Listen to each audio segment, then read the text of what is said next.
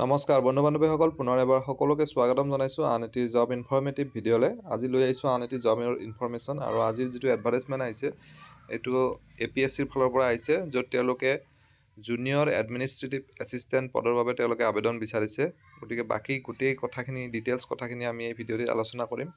ভিডিঅ'টি শেষলৈ চালে গম পাব গোটেইখিনি তথ্য। ইনফৰ্মেটিভ যেন পালে লাইক আৰু শ্বেয়াৰ কৰিবলৈ নাপাহৰিব। যদি চেনেলটো ছাবস্ক্ৰাইব কৰা নাই আজিয়ে কৰি ল'ব। এইখন অফিচিয়েল এডভাৰটাইজমেণ্ট অসম লোকসেৱা আয়োগৰ পৰা আহিছে। আৰু পোষ্টটোৰ নাম অলৰেডি ক'লোৱে, junior administrative assistant under the establishment of APSC।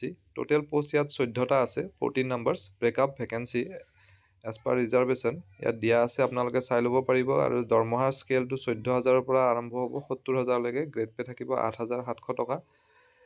Education qualification ইয়াত গ্ৰেজুৱেশ্যন বিচাৰিছে, আৰ্টছ ছায়েন্স বা কমাৰ্চৰ পৰা।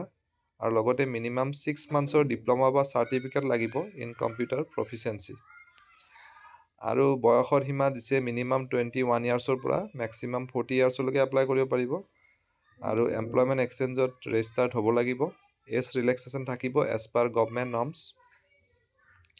অনলাইন ৰেজিষ্ট্ৰেশ্যন অহা 20 তাৰিখৰ পৰা আৰম্ভ হ'ব, 20 ডিচেম্বৰৰ পৰা, আৰু 9 জানুৱাৰীলৈকে সময় থাকিব।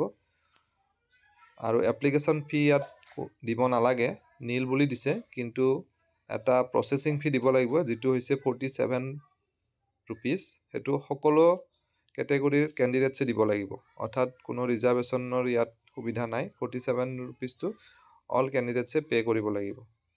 আৰু চিলেকশ্যন প্ৰচেছত ইয়াত প্ৰথম এটা ফেজ 1 টেষ্ট হ'ব, ৰিটেন টেষ্ট MCQ বেছড, য'ত জেনেৰেল ষ্টাডিজ থাকিব। নেক্সট তাত কোৱালিফাই কৰাসকলে ফেজ 2ত কনভেনশ্যনেল হ'ব, য'ত ইংলিছৰ ওপৰত মেইনলি ডিটেইল লিখিব লাগিব। আৰু ফেজ 3ত কম্পিউটাৰ টেষ্ট হ'ব, লগতে ইণ্টাৰভিউ হ'ব। গতিকে দীঘলীয়া প্ৰচেছ। আৰু এপ্লাই কৰিবৰ বাবে অফিচিয়েল যিটো ৱেবছাইট APSCৰ apscrecruitment.in, এই ৱেবছাইটটোত গৈ পেলাই আপোনালোকে অনলাইন যোগে আবেদন কৰিব লাগিব। অহা 20 তাৰিখৰ পৰা আৰম্ভ হ'ব। বাকী এডভাৰটাইজমেণ্টখন চালে কিবা নজনা কথা থাকিলে বুজিব পাৰিব। মই ডেছক্ৰিপশ্যনত লিংক দি দিম, আপোনালোকে ডাউনলোড কৰি ল'ব। আশা কৰিছোঁ ভিডিঅ'টিৰ জৰিয়তে আপোনালোকৰ মাজৰ এজন হ'লেও কেণ্ডিডেট উপকৃত হ'ব।